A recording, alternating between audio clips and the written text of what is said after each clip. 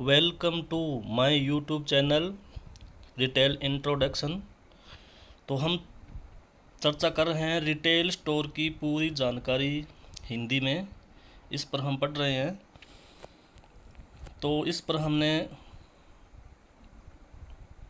बात कर रहे हैं रिटेल स्टोर का स्थान कैसा होना चाहिए। तो पिछली वीडियो में हमने क्या है इसके बारे में जानकारी पढ़ी थी, इसके शेष रहे टॉपिक आज पढ़ते हैं।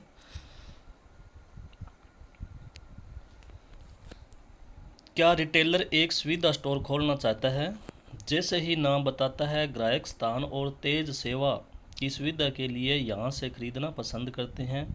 यह स्टोर मुख्य रूप से सीमित मात्रा में उच्च टर्नओवर वाले सुविधा सामान बेचते हैं। इन दुकानों के लिए आदर्श स्थान आवासीय क्षेत्रों का होता है। पहला कदम यह तय करना होगा कि पहले रिटेलर किस प्रकार की दुकान स्थापित करना चाहता है, उसके बाद अन्य कारकों पर विचार करने होंगे। तो इसका दूसरा बिंदु है जनसांख्यिकी। यदि आप जानते हैं कि वास्तव में क्या शोध करना है और क्या विश्लेषण करना है, तो यह एक बहुत ही कठिन प्रक्रिया नहीं है। रिटेल के विशेषज्ञों का कहना है कि रिटेलर को स्टोर को खोलने से 6 महीने पहले अपने साइट चयन की प्रक्रिया शुरू करनी चाहिए। पूरी प्रक्रिया को आसान बनाने के लिए उन विशेषताओं को सूचीबद्ध किया गया है जिन्हें रिटेलर देखना चाहते हैं। रिटेलर हमेशा उन फर्मों से सहायता ले सकते हैं जो रिटेलर को नीचे बताए गए गुणों के बारे में सारी जानकारी प्रदान कर सकें। तो इसका तीसरा बिंदु है लक्षित खरीदार की विशेषता। औसत आयु। यदि रिटेल स्टोर आधुनिक और आधुनिक वस्तुओं को बेचता है तो उसकी दुकान उस क्षेत्र में स्थित होनी चाहिए जिसमें युवा आयु के लोग रहते हैं या उसके स्टोर तक आसानी से पहुंच सकते हैं। शहर में जहां कॉलेज या कार्यालय आसपास है, वह स्थान एक सही विकल्प होगा। आय। बिग बाजार जैसे स्टोर केवल समृद्ध क्षेत्रों में स्थित होते हैं, क्योंकि यदि रिटेलर हाई एंड उत्पादों को बेच रहे हैं तो उसकी दुकान उस स्थान पर होनी चाहिए जहां निवासी उत्पादों को खरीदने में सक्षम हो। इसलिए लोगों की आय एक महत्वपूर्ण विचार है। इसमें चौथा बिंदु है प्रीमियम बनाम लागत अनुकूल स्थान।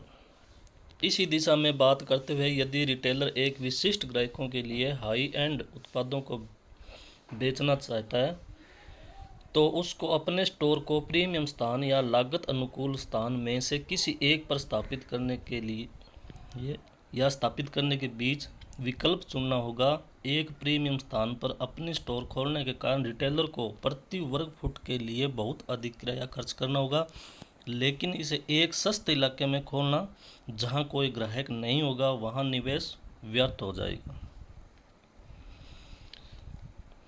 इसका पांचवा बिंदु है कार्यबल गुण। क्या रिटेलर को जिस तरह के कर्मचारियों की ज़रूरत है वह उसके स्टोर के नज़दीक किसी क्षेत्र में रहने वाले हैं? क्या उनके लिए स्टोर तक यात्रा करना आसान होगा? क्या उसके कर्मचारियों के लिए पर्याप्त भोजनालय और अस्पताल है जो चीज़ों को सुविधाजनक बनाने के लिए होती है? ये कुछ प्रश्न हैं जो रिटेलर को अपने आप से संबंधित कर्मचारियों के संदर्भ में पूछना चाहिए। अगला टॉपिक है छठा, आस पास का व्यवसाय और प्रतिस्पर्धा। तो छठा बिंदु है, तो हम पढ़ रहे हैं रिटेल स्टोर के स्थान के बारे में।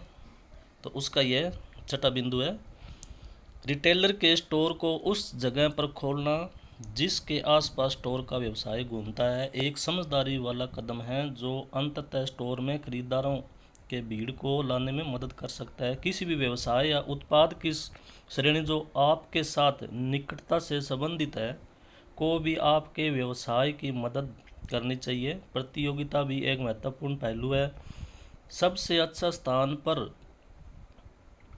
होने के नाते रिटेलर अपने सबसे बड़े प्रतिद्वंदी के करीब हो सकता है। रिटेलर के प्रतिस्पर्धियों ने वहां अपनी दुकान खोलने से पहले जनसांख्यिकी पर अच्छा शोध किया है।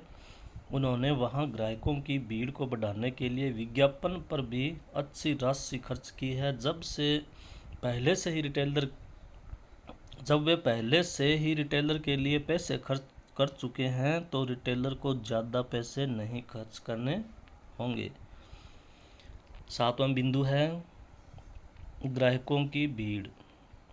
रिटेलर किसी निश्चित क्षेत्र में ग्राहकों के आने के पैटर्न को समझने के लिए स्थान विश्लेषण टूल का उपयोग कर सकते हैं। रिटेलर एक विशेष लक्षित क्षेत्र के लिए ग्राहकों के आने के इष्टतम संख्या को समझ सकते हैं। अपने पड़ोसी स्टोर पर ग्राहकों के आने के इष्टतम संख्या को समझने से रिटेलर को अपने स्टोर में अधिकतम ग्राहकों के आने का अनुमान लगाने में मदद मिलेगी।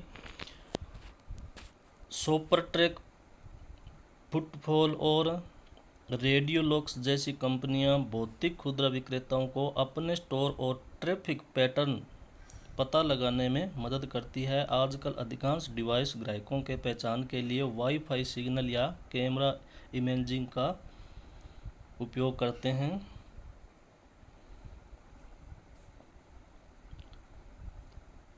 उसका अगला बिंदु है सुगमता के साथ पहुंच। आम लोगों के लिए सार्वजनिक परिवहन का उपयोग कर रिटेल स्टोर तक पहुंच आसान होनी चाहिए। एक निर्जन क्षेत्र में महान गुणवत्ता वाले उत्पादों का स्टोर रखने का कोई लाभ नहीं होगा। 8वां बिंदु है पट्टे।